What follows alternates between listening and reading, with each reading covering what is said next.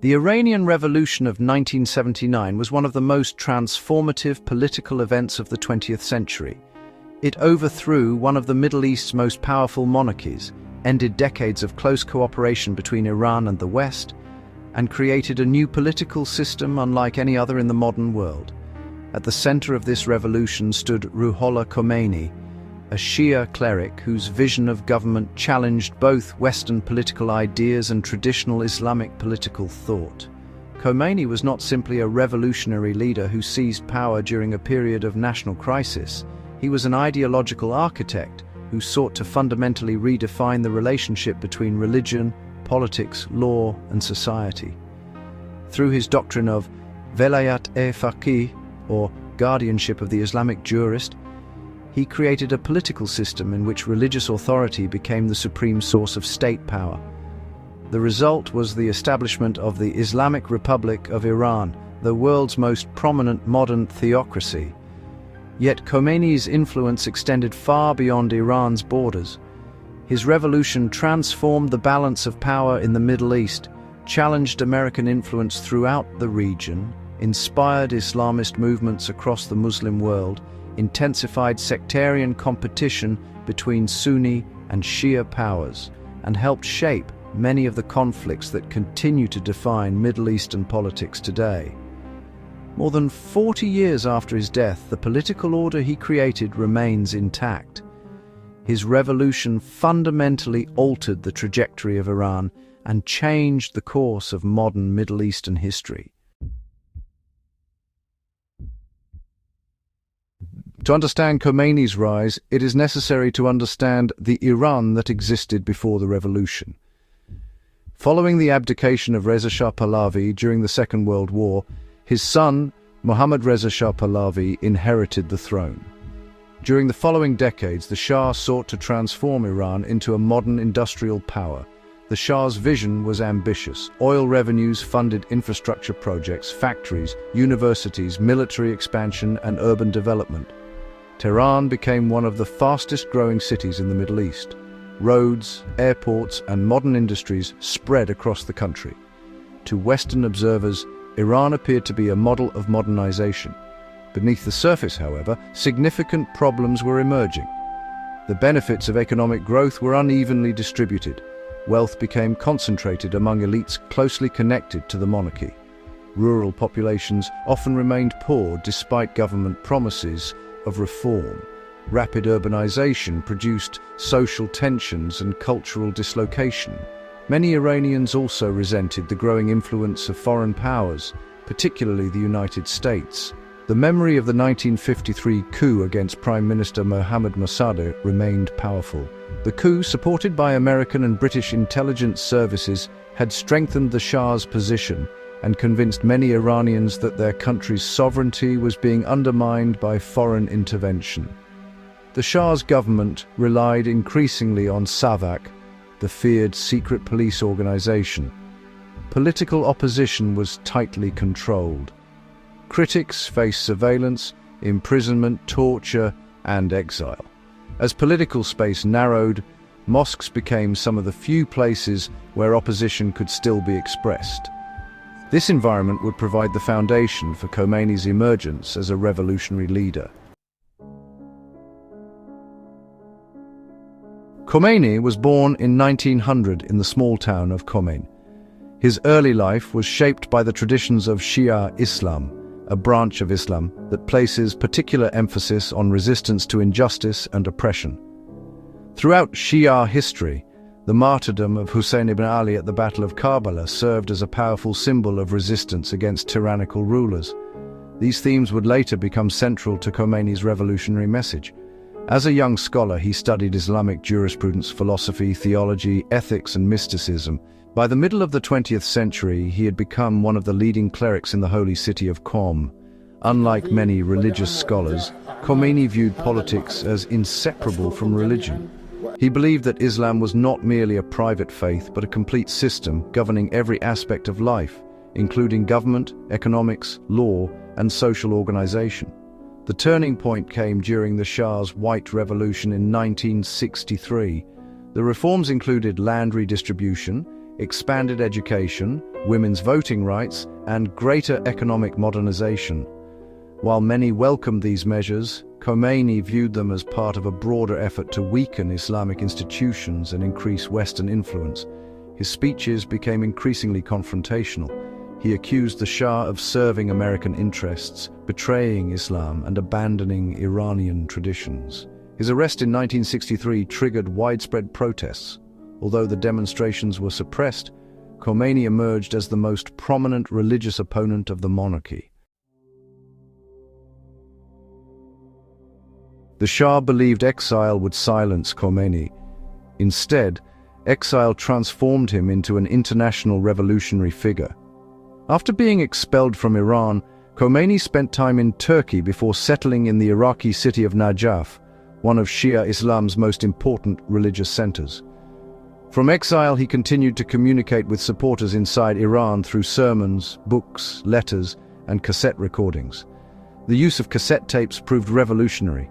Long before the internet or social media, recordings of Khomeini's speeches circulated throughout Iran's mosques, bazaars, universities, and homes. Millions of Iranians became familiar with his message.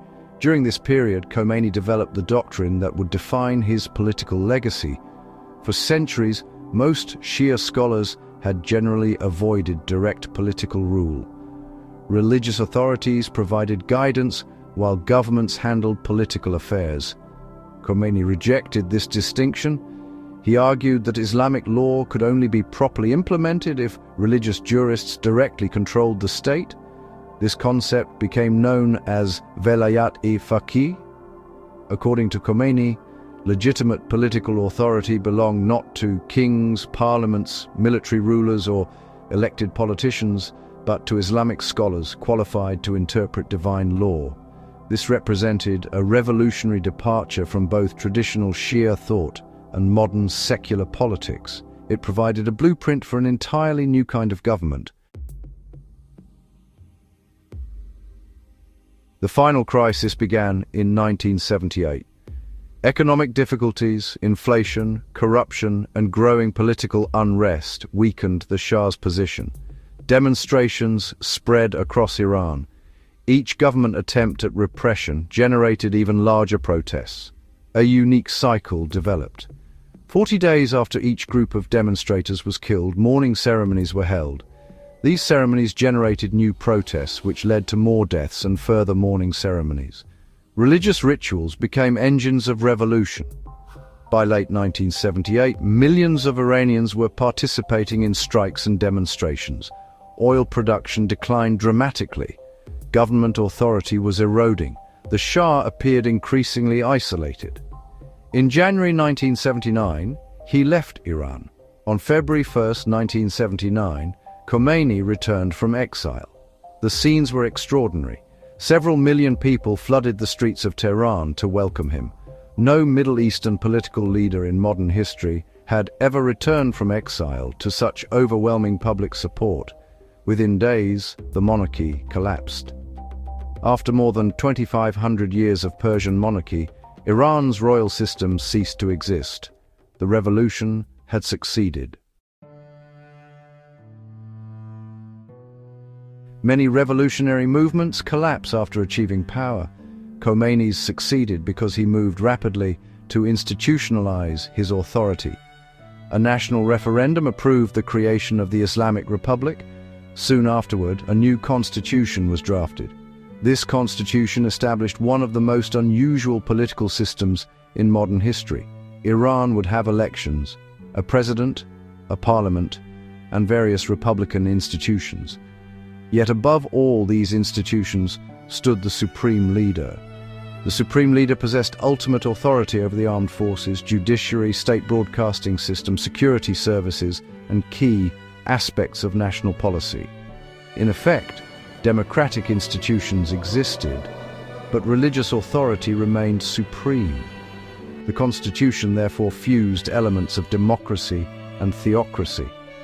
No major decision could ultimately escape clerical oversight. The revolution had transformed religion from a source of moral influence into the foundation of state power.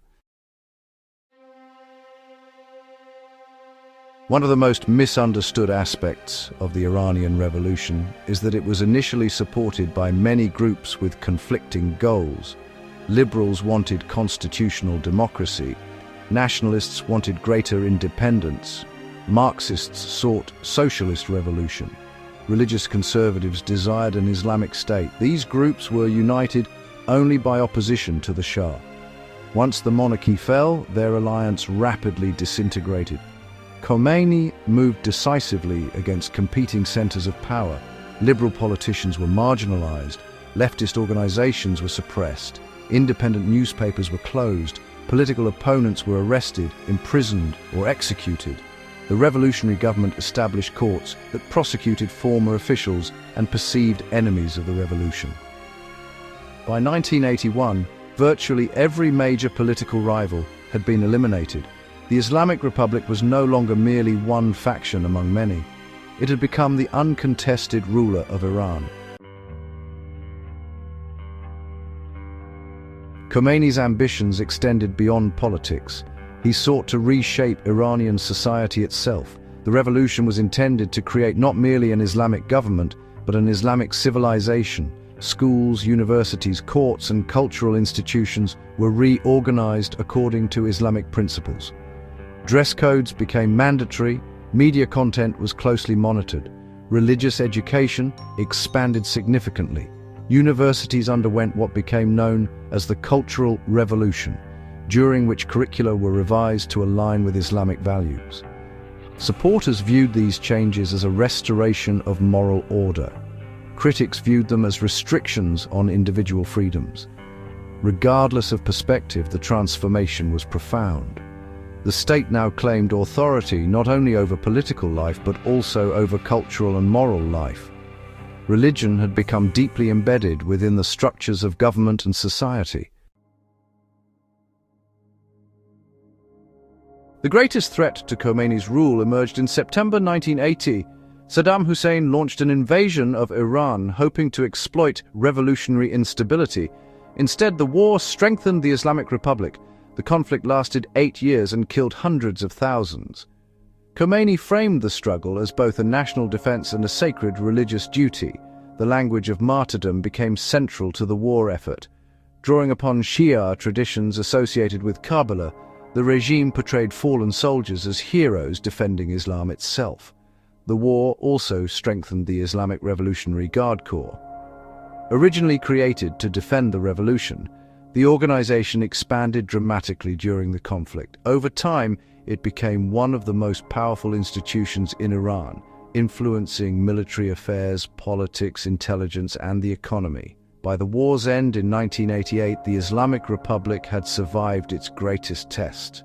The revolutionary state emerged stronger than before. Khomeini never intended the revolution to remain confined to Iran. He viewed it as the beginning of a broader Islamic awakening. His speeches frequently called upon Muslims to resist Western domination and overthrow corrupt governments. Iran therefore pursued a policy of supporting revolutionary Islamist movements abroad. The most successful example was Hezbollah in Lebanon. Established during the early 1980s, Hezbollah became one of Iran's most important regional allies and demonstrated the influence of Khomeini's revolutionary ideology beyond Iran's borders. The revolution also inspired numerous Sunni Islamist movements. Despite significant theological differences, many activists concluded that religion could serve as a powerful force for political mobilization and state building. The Iranian Revolution proved that an Islamic movement could overthrow an established regime and survive international pressure. This lesson resonated throughout the Muslim world. The broader consequences of Khomeini's revolution were immense. Before 1979, the dominant political ideology in much of the Middle East was secular nationalism. Figures such as Gamal Abdel Nasser had promoted Arab nationalism, socialism, and modernization. Khomeini challenged this entire framework. He demonstrated that religion could be a more powerful mobilizing force than nationalism. The revolution shifted the ideological center of gravity throughout the region. Islamism increasingly became a major political force. At the same time, Iran's revolutionary message alarmed conservative monarchies, particularly Saudi Arabia. A regional struggle for influence emerged between revolutionary Iran and Saudi Arabia. This rivalry increasingly took on a sectarian dimension, with Iran presenting itself as the leader of revolutionary Shia Islam, while Saudi Arabia promoted its own vision of Sunni Islamic leadership. The consequences were visible in conflicts across Lebanon, Iraq, Syria, Yemen, and the Persian Gulf. Many of the Middle East's most important geopolitical tensions can be traced, directly or indirectly, to the revolutionary changes initiated by Khomeini. Khomeini died in June 1989. Millions attended his funeral, making it one of the largest public gatherings in history. His successor, Ali Khamenei, inherited institutions that Khomeini had carefully constructed. Unlike many revolutionary states, the Islamic Republic survived the death of its founder. The constitutional system endured. The office of Supreme Leader remained the most powerful position in the country. The Revolutionary Guard continued to expand its influence. Iran remained committed to many of the principles established during the revolution. Today, debates about Khomeini remain deeply polarized. To supporters, he was a visionary who restored Iranian independence, resisted foreign domination, and revived Islamic values.